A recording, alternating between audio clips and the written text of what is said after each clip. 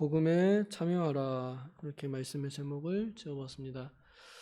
복음에 참여하라. 빌립보 교회는 바울 사도가 소아시아로 넘어갔을 때에 가장 먼저 세운 교회입니다.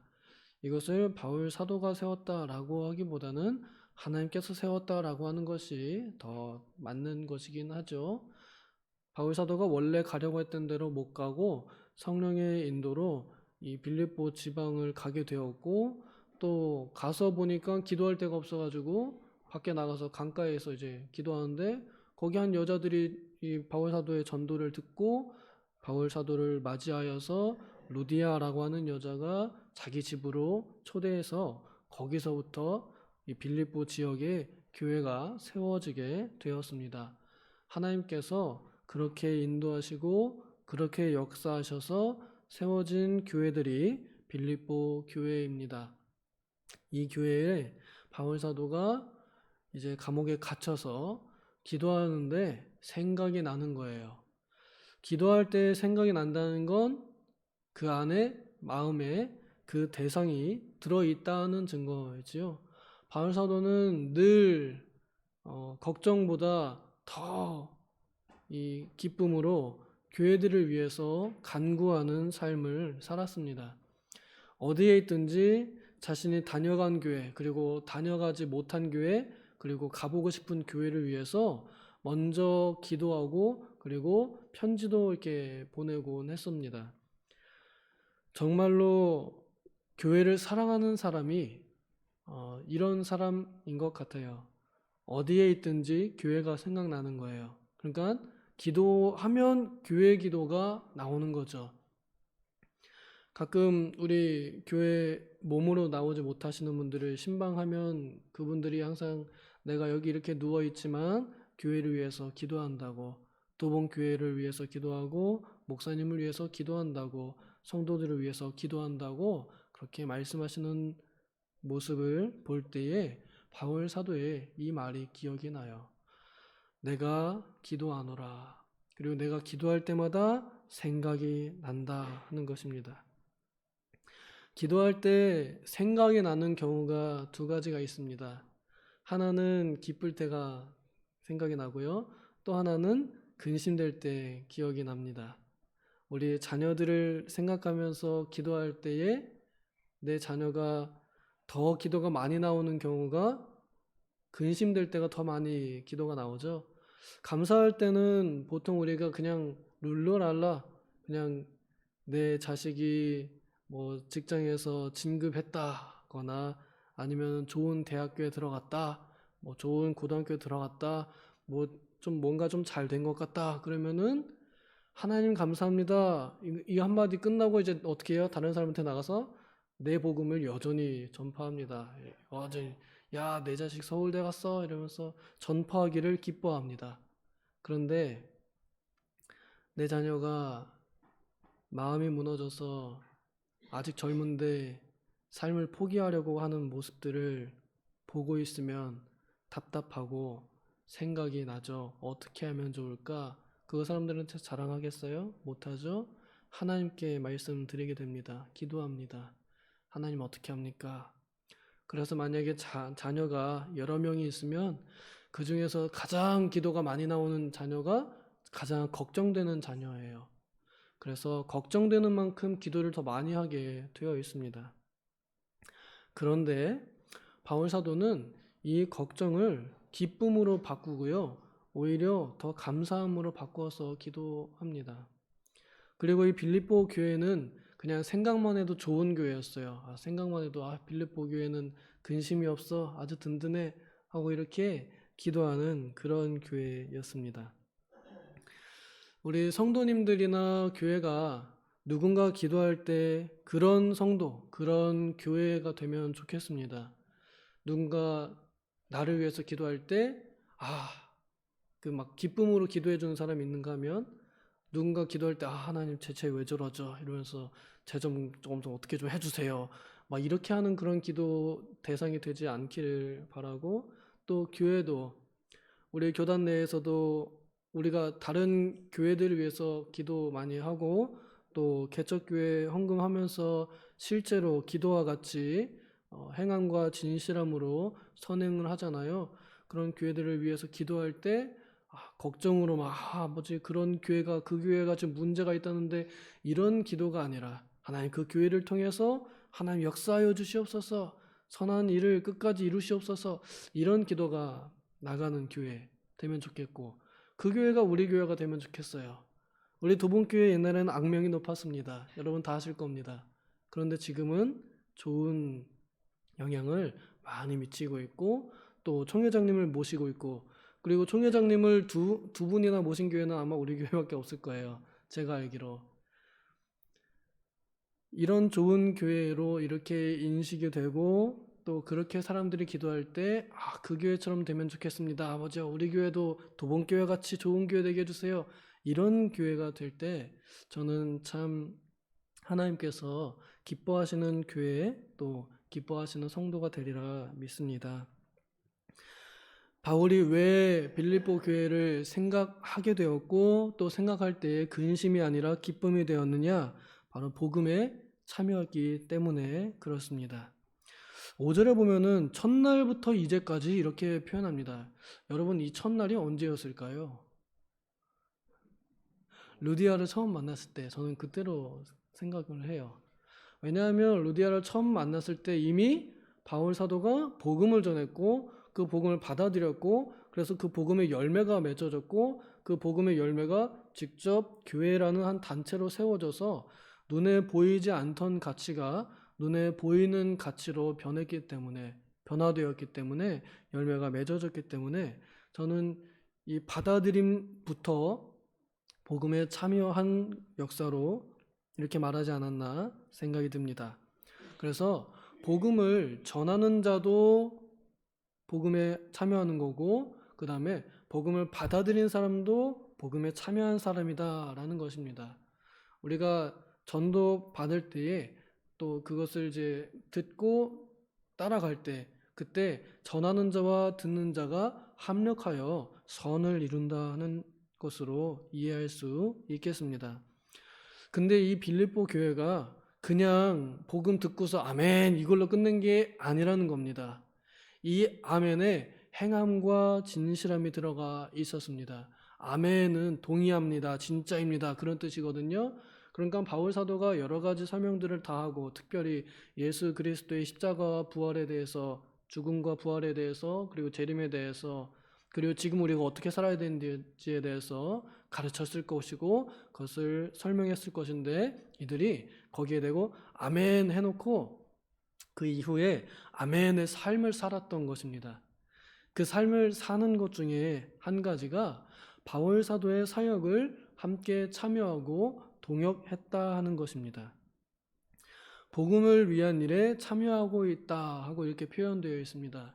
이것이 뒤로 넘어가서 4장 15절에 보면은 너희가 보내준 것으로 나는 풍족하다, 나는 넉넉하다 이렇게 말합니다. 뭘 보내줬을까요? 돈을 보내주었습니다. 선교비를 지원해 주었습니다. 바울 사도가 자신의 이 복음을 위해서 사람들한테 을이 되지 않기 위해서 선교할 때에 자기가 직접 텐트 만들어 가지고 자기가 돈 벌어 가지고 자기가 교회를 섬겼거든요. 그러니까 바울이 일 못할 때에는 돈이 있어요, 없어요? 없어요. 그런데 바울 사도가 그 돈을 벌지 못하는 과정, 특히 감옥에 있는 때에 영치금을 넣어준 교회가 이 빌립보 교회라는 겁니다. 다른 교회들은 다 못했지만 너네들은 해줬다 이 말이에요. 너네들이 보내줘서 내가 지금 이렇게 잘 사역하고 있다 칭찬하는 겁니다. 이게 쉬운 일이 아니죠.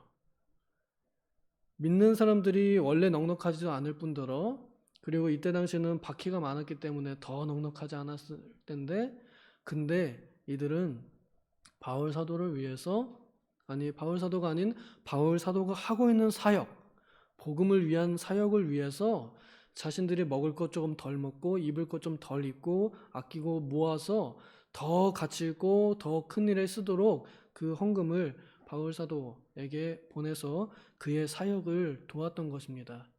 바울 사도는 이것을 복음에 참여하고 있다라고 표현합니다. 그들이 한 행동, 헌금을 보낸 일, 돈을 낸 일, 이 일이 복음에 참여했다라는 것입니다. 바울 사도의 생계를 책임진 일이 복음에 참여한 일이다라는 말입니다. 바울 사도의 사례비를 낸 일이 복음에 참여한 일이다라는 말입니다. 바울 사도가 사는 목적과 또 죽는 목적이 뭐예요? 복음이에요. 나의 달려갈 길, 복음을 전하는 일에 목숨을 귀한 것으로 여기지 않는다 하는 것이 바울 사도의 삶의 목적이면서 죽는 이유였습니다. 그것을 사명이라 부르죠.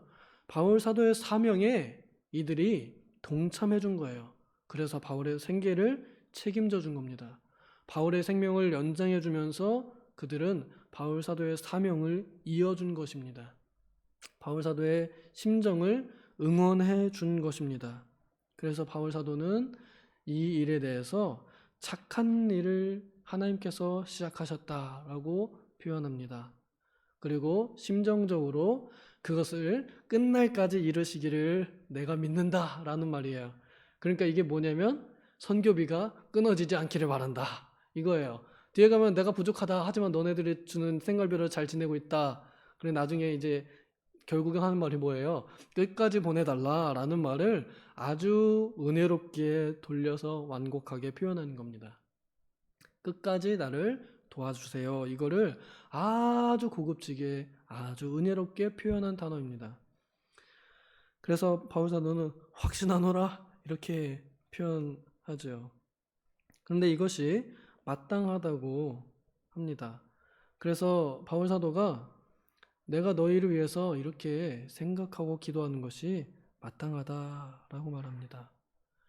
우리 사람들이 기도할 때 또 혹은 누구 감사할 일이 있을까라고 생각할 때 제일 먼저 생각나는 사람이 나에게 그만큼 감사한 사람으로 와닿을 때 이 사람에게 내가 꼭 선물해야지, 명절 선물 이 사람 빠뜨리면 안 돼 라고 하는 사람이 어떤 사람이에요? 나한테 많이 해준 사람이 가장 먼저 생각이 나고 그 사람을 잊지 않게 됩니다. 이게 마땅하고 이게 당연합니다. 그런 사람들이 그 마음에 들어가 있는 거예요. 사람은 자기한테 잘해주는 사람이 자기 마음에 들어와 있습니다. 자기한테 잘해주는 사람 마음에 들어요? 안 들어요? 안 들어요. 제가 방금 말을 잘못했나요? 자기한테 잘해주는 사람은 마음에 들어요. 그렇죠? 근데 나한테 잘 안 해주는 사람, 나한테 못되게 구는 사람 마음에 들어요? 안 들어요? 안 들어요. 쟤는 좀 없었으면 좋겠어요. 그래서 쟤 좀 교회 좀 나가게 해주세요. 이렇게 기도하죠? 아니죠? 그러면 안 됩니다. 내가 마음에 드는 사람은 나한테 잘해주는 사람이에요. 이 관계가 생명적인 관계고 이 관계가 영적인 관계입니다. 바울 사도가 목회의 일을 하면서 얼마나 어려웠겠어요. 그런데 이 사람들 보고 버티는 겁니다. 바울 사도가 말하거든요. 나 사실 죽고 싶다. 죽으면 편하고 예수님 만난다. 근데 못 죽는다. 니들 때문에. 내가 살아있어야 니들한테 유익해서 내가 못 죽는다. 그냥 둘 사이에 껴있다. 지금 내가 삶과 죽음에서 지경에서 껴있다. 바울 사도가 죽지 못하는 이유, 죽고 싶으나 죽지 않는 이유, 빌립보 교회를 위해서 그런 거예요. 사랑하니까, 마음에 드니까 그들을 위해서 그가 버티고 있는 겁니다. 이게 생명적인 관계예요. 바울 사도는 이것을 은혜에 참여한 자라고 한 번 더 표현합니다. 은혜에 참여한 자. 고린도 교회에도 헌금하는 일을 은혜라고 이렇게 표현합니다.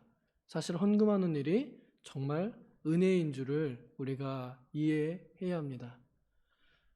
헌금할 때 우리가 가끔 아쉬운 경우가 있죠. 어떨 때 아쉬워요? 많이 못할 때 아쉽고요. 그 다음에 아까울 때 아쉬워요. 예를 들어서 내가 이번에 뭘 잘해가지고 1억이 들어왔어요. 그럼 11조 얼마 내야 돼요? 1,000만 원 내야 되죠. 그러면 아쉬워요? 안 아쉬워요? 아쉬워요. 이 1,000만 원이면은 이것도 하고 할 수 있고 저것도 할 수 있고 하는 그런 마음도 들 수 있죠. 그런데 반대로 너무 없어서 이번 달에 내 순이익이 10만 원밖에 안 되네? 그래서 11조를 얼마 해요? 10,000원 하는 거예요. 그것도 아쉽죠. 더 많이 할 수 있으면 좋았을 텐데 내가 더 많이 헌금해서 이 교회를 세우기를 원하는데 이것밖에 드릴 것이 없습니다. 이번 달에 이것밖에 안 들어왔습니다. 이럴 때도 아쉽습니다. 그래서 드릴 수 있는 것이 은혜이고 또 그 크기가 클수록 더 은혜로운 것이 맞습니다. 그런데 이것이요, 마음의 크기에 달려 있어요. 마음의 크기에 달려 있습니다. 예수님께서 말씀하신 것처럼 보물이 있는 곳에 네 마음이 있다 그랬잖아요. 내가 이 헌금하는 일을 어떻게 여기느냐에 따라서 내 마음이 위에 있냐 아래에 있냐 이게 나누어지고 그게 증명이 되는 겁니다. 내 자신에게요. 하나님 앞에서. 내가 이 일에 즐거움으로 참여하는 마음이 있다 그러면 내 마음이 지금 어디로 가 있는 거예요? 더 고상한 것, 더 높은 것, 더 좋은 가치의 마음이 가 있는 거고요. 그게 아깝다라는 마음이 가 있으면 어떻게 되는 거예요? 다른 가치들에 내 마음이 가 있는 거예요. 하나님께서는 마음이 좋은 곳에 가 있는, 그러니까 기쁜 곳에 가 있는, 기쁨으로 연보하는 마음이 되어 있는 그 자세를 기뻐하십니다. 이것이 은혜라는 거예요. 이렇게 참여하는 게 은혜라는 것입니다. 여러분, 우리 어르신들 명절에 우리 자녀들한테 용돈 주는 낙으로 사시죠? 시간이 빨리빨리 오고 설날 지나가면 그 다음에 뭐가 와요? 휴가가 오고 그 다음엔 또 추석이 와요. 그 금방금방 와요. 또 설날이 오고 또 추석이 오고 금방금방 가요. 근데 그때마다 차곡차곡 모아놨다가 어떻게 해요? 내 손주 새끼들 지난번보다 더 많이 주는 걸로 기쁨을 얻으면서 그러지 않으시나요? 많이 줄수록 기쁘지 않으신가요? 사랑하는 만큼 그 사랑을 표현할 수 있는 것이 기쁘지 않으신가요? 이것이 은혜라는 것입니다. 내가 할 수 있는 능력이 내 기쁨으로 하나님께 할 수 있다 하는 이것이 은혜라는 것입니다. 우리 담임 목사님 미국 가셨습니다. 우리 담임 목사님 저는 혼자 보내기를 원하지 않았습니다. 우리 목사님께 좀 두둑한 봉투를 드리고 싶었습니다. 그래서 우리 교사들에게 같이 건의해서 부탁했죠. 우리 목사님 빈손으로 들려보내지 마시고 거기 가서 분명히 하실 일이 있고 총회장이기 때문에 남들보다 더 많이 써야 할 상황이 올 텐데 우리 같이 좀 힘써서 도웁시다. 그래서 생각한 것보다 더 많이 들어와서 우리 목사님께 봉투를 전달해 드렸었습니다. 우리 목사님 아직 일 안 끝났고요. 또 오늘 출발하시고 내일 도착하십니다. 우리 목사님께서 가시는 그곳 어디든 하나님께서 복음으로 역사하시는 곳입니다. 우리 목사님이 어디 가셨는지 그냥 알기만 하고 그냥 보내는 건 저는 그냥 보내는 거지 참여했다고 표현하기는 어려울 것 같습니다. 기도했다면 그 기도에 합당한 행함도 따라와야 되지 않을까요? 마치 이것은 계약서에다가 내가 그렇게 이행함하고 책임을 지겠음 서명하고 도장 쾅 찍는 것과 같이 내가 이렇게 당신을 생각합니다. 내가 이렇게 이 사역을 중요하게 생각합니다 하고 내놓는 게 계좌이체 아니면 봉투 이렇게 저는 나타난다고 생각합니다. 바울사도는 이것을 확신한다고 표현했습니다. 우리 목사님 가시는 곳 어디든 우리가 홀로 보내지 않고 우리의 힘을 보태드리면 참 좋겠다 하는 그런 생각이 들었습니다. 그래서 어떤 행사를 하시든지 우리 목사님의 이 주머니가 좀 두둑해서 그것으로 좀 힘있게 사역할 수 있으면 좋겠습니다. 사람의 돈의 힘이 아니라 거기에 들어있는 마음의 힘인 거예요. 우리 교회 성도님들이 나를 이렇게 응원해주고 있고 내 사역을 이렇게 귀하게 여겨주고 있고 내 사역에 어떻게든 동참하려고 힘쓰고 있구나 라고 하는 그 마음이 두둑할 때 힘이 나는 거고 거기에 생명이 있는 것입니다. 우리가 이것을 알고 돈만 보는 것이 아니라 하나님께서 이루실 착한 일을 바라보며 그 착한 일, 선한 일, 복음에 참여하는 일을 더욱 기쁨으로 참여하게 되기를 소망합니다. 기도하겠습니다. 하나님 아버지, 우리의 마음이 연약해서 우리는 조그만 금액에도 참 마음이 상하고 또 시험에 들기도 합니다. 그러나 시험에 들게 하지 마옵시고 하나님께서 우리에게 주시는 모든 것들을 은혜로 받으며 이 은혜를 가지고 하나님께 어떻게 더 충성할 것인지를 생각해 보고 복음에 참여하는 우리가 되게 하여 주시옵소서.